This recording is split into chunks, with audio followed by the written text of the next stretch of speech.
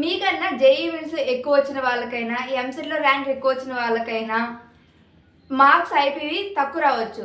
And మీరు కానీ average student అయినా మంచిగా ఎగ్జామ్ అటెంప్ట్ చేసి కొద్దిగా ఎక్స్పాండ్ చేస్తూ ఆన్సర్ రాస్తే ఖచ్చితంగా ఐపీలో ఒక మంచి స్కోర్ అయితే చేసుకోగలం. హే గైస్, నేను మీ Jashnavi. Welcome back to exploring with Janu. I am pursuing my BTech at Andhra University. ఇంటర్లో ఏ యావరేజ్ స్టూడెంట్ అయినా గొప్పగా చెప్పుకోగలిగే మార్క్స్ ఏవంటే ఐపీ మార్క్స్.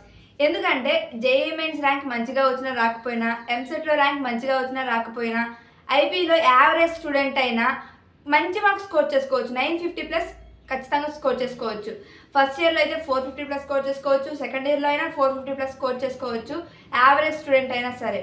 సో గైస్, ఇప్పుడు అసలు ఎలాగ ప్రిపేర్ అవ్వాలి ఏంటి అనేది ఫెయిల్ అవుతాము అనుకున్న వాళ్ళకు కూడా యూజ్ అవుతుంది. ఈ వీడియో స్కిప్ చేయకుండా ఎండ్ వరకు చూడండి.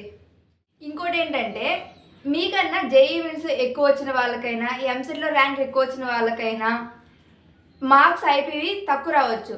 అండ్ మీరు కానీ యావరేజ్ స్టూడెంట్ అయినా మంచిగా ఎగ్జామ్ అటెంప్ట్ చేసి కొద్దిగా ఎక్స్పాండ్ చేస్తూ ఆన్సర్ రాస్తే ఖచ్చితంగా ఐపీలో ఒక మంచి స్కోర్ అయితే చేసుకోగలం.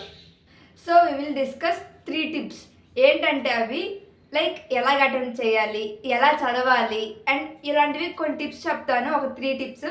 వాటిని ఎండ్ వరకు చూడండి. ఈ వీడియో లెంతీగా కూడా ఉండదు. సో ఒకవేళ మీరు కంప్లీట్గా చూడలేకపోయినా 2x స్పీడ్లో పెట్టుకోనైనా కంప్లీట్గా చూడండి. టిప్ నెంబర్ 1, చాలామంది చదువుకుంటూ వెళ్ళిపోతారు, ప్రాక్టీస్ చేయాలి అని థాట్ కూడా రాదు. సో అప్పుడు మీకు ఎగ్జామ్కి వెళ్తే ఏమవుద్దంటే, అక్కడ మీకు ఆన్సర్ చదివినా ఎగ్జామ్లో గుర్తు రాదు. ఒకవేళ మీరు చదివిన దాన్ని ప్రాక్టీస్ చేస్తూ చదివారనుకోండి, మీకు ఎగ్జామ్లో వెళ్ళిన తర్వాత అయినా గుర్తుంటుంది. అండ్ అలానే చాలామంది స్టూడెంట్స్ అయితే వచ్చిందిలే అని వదిలేస్తారు ప్రాక్టీస్ చేయకుండా. వచ్చినా మళ్ళీ ప్రాక్టీస్ చేయండి. టిప్ 2, ఇదేంటంటే ప్రీవియస్ ఇయర్ క్వశ్చన్స్. ఇవి కంపల్సరీగా ప్రీవియస్ ఇయర్ క్వశ్చన్స్ చూసుకుంటూ చేయండి. ఎందుకంటే చాలా క్వశ్చన్స్ రిపీట్ అవుతాయి ఐపీలో. 1 ఇయర్లోదే రిపీట్ అవుతాయని కాదు, ఒక 5 to 6 ఇయర్ క్వశ్చన్ పేపర్స్ తీసుకోండి, అవి చూడండి. వాటిలోంచి మ్యాక్సిమం లాంగ్ ఆన్సర్స్ అయితే మ్యాక్సిమం రిపీట్ అవుతాయి. అండ్ షార్ట్ ఆన్సర్స్ కూడా రిపీట్ అవుతాయి. 2 మార్క్స్ని బేబీ బుల్లెట్ బుక్స్ అండ్ ఇంకా నారాయణ క్వశ్చన్ బ్యాంక్స్ అని ఇలాంటివి ఉంటాయి కదా, అవి ప్రిఫర్ చేసిన 2 మార్క్స్ కూడా మంచిగా రాసి రావచ్చు. నెంబర్ 3, పేపర్ని అటెంప్ట్ చేసేటప్పుడు చాలామంది ఫాస్ట్గా రాసుకుంటూ వెళ్ళిపోతారు. కానీ పేపర్ని అటెంప్ట్ చేసేటప్పుడు నీట్గా అటెంప్ట్ చేయండి. మీరు ఏం రాశారో కరెక్షన్ చేసే వాళ్ళకి అర్థమవుతుంది. సో అప్పుడు ఇంప్రెషన్ వచ్చి కొద్దిగా మంచిగా మార్క్స్ వేస్తారు. అండ్ అలానే ఈ ఐపీ ఎగ్జామ్స్లో నాలెడ్జ్ ఇంపార్టెంట్ కాదు, మీరు ఎలా రాస్తున్నారు, ఎంత రాస్తున్నారు అనేదే ఇంపార్టెంట్. అండ్ గైస్, ఇంకా ఫర్దర్గా ఐపీ గురించి అండ్ అలానే ఎంసెట్ వీడియోస్ కూడా మన ఛానల్లో వస్తాయి.